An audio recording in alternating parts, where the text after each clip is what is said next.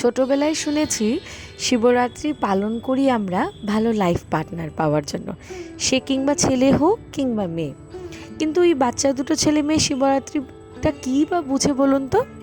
এখন তো প্রায় 6-7 বছর আমার সানসৃজা জানতে পেরেছে আগামী বুধবার অর্থাৎ 26শে ফেব্রুয়ারি শিবরাত্রির একটি হলিডে। সেটা জানতে গিয়ে আমাকে জিজ্ঞেস করলো, মা গো, সেই শিবরাত্রিটা আমরাও পালন করব। আমি বললাম, মা, পুরোটা দিন উপোস থেকে রাত্রিবেলা শিবরাত্রিটা দেওয়াটা বিরাট চাপের তোমাদের জন্য। বললো, আচ্ছা মা, আমরা সকাল দিকে কিছু না খেয়ে যদি একটু জল দিয়ে দিই শিবকে, তাহলে হবে না? এই যে বায়নাটা ধরলো, আমি আর না করতে পারলাম না, জানেন। আর শিব ঠাকুর কিছুই চাই না ওনার, শুধু চাই একটু ভালোবাসা, একটু ভক্তি আর শ্রদ্ধা, তাই কি না? তাই সানসৃজা দুজনকেই পাঠিয়ে দিলাম রাধা মাধবে আমাদের ছোটোবেলাটায় কাটিয়েছি। আমার অনেক ব্লগ ভিডিওতে আপনারা দেখেছেন। তো রাধা মাধবে সানসৃজারও ছোটোবেলাটা এখানে খুব আনন্দময়। যখনই কোনো অনুষ্ঠান হয় ওরা নিজের বাড়ির মতো করে অনুষ্ঠানগুলোতে আনন্দ করে। আর ঠাকুরমাসি, ওনার কথা কি বলবো বলো। ঠাকুরমাসি তো রাধা মাধবের পূজারি।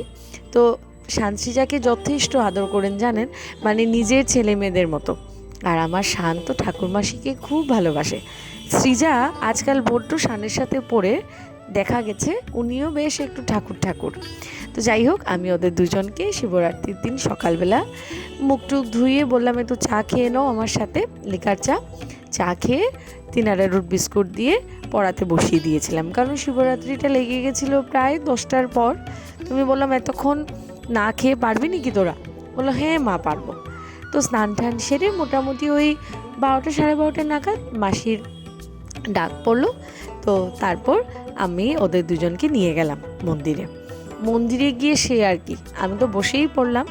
দেখছি ওনারা কি সুন্দর মাসির কথা মতো ঠিক একের পর এক শিবের মাথায় জল, দুধ, চিনি, চাল, ঘি, মধু সব কিছু একের পর এক দিয়ে শিব ঠাকুরকে বেশ আদর যত্নে কিন্তু আজ পুজোটা দিয়ে দিচ্ছে। আমার মানে বলতে দ্বিধা নেই, জানেন।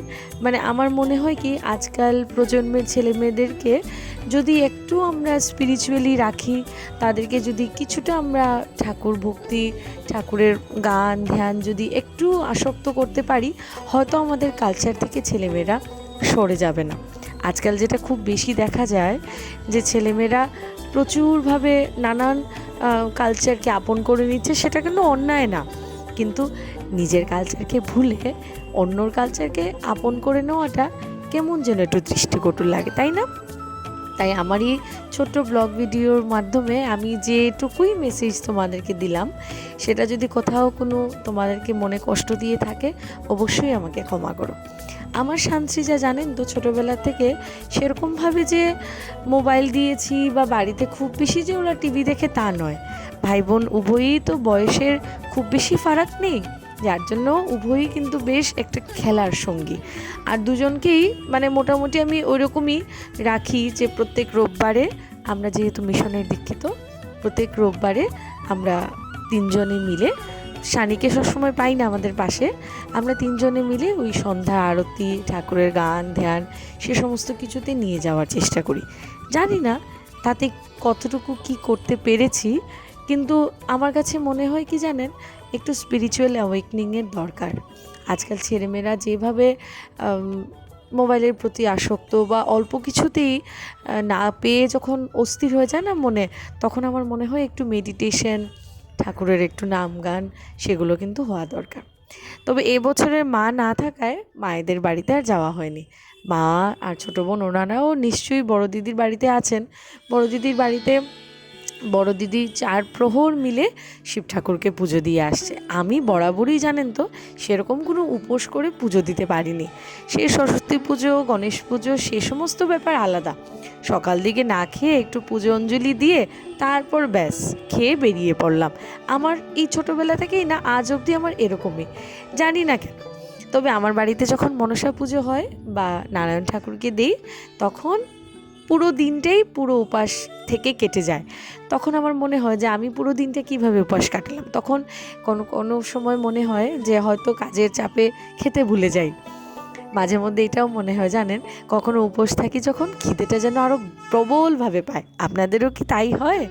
আমার কিন্তু এই জিনিসটা খুব, কখনো কখনো যদি মায়ের বাড়িতে যখন ছিলাম বিয়ের আগে, মা লক্ষ্মী পুজোর উপোস করতেন বা নানান বিপদনাশিনীর উপোস করতেন, সেই সমস্ত উপোসগুলো আমি পারতাম না, আমি দিব্যি খেয়ে। তবে আমার বড় দিদি কিন্তু পুজো আর্চা উপোসে ডাট, এখনও কিন্তু সে বিয়ের পরে এই 4 প্রহরের পুজো শিব ঠাকুরের, তাছাড়া তার বাড়িতে কালী পুজো হয়, বড় দিদির বাড়িতে আরও অন্য অন্য যা পুজোগুলো হয়, বড় দিদি পুরো দিন উপাস থেকে পুজো দিতে পারে। আমার সেগুলো হয় না জানেন।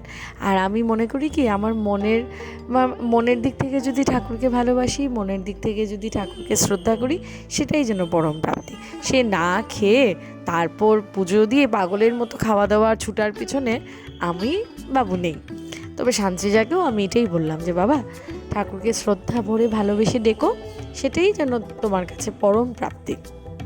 তো এবছরের মতো শিবরাত্রি আমার আর শান সৃজার এই একটুটুকুর মধ্যে আপনাদের কাছে এই ছোট্ট বিনোদনটি ধরে রাখলাম।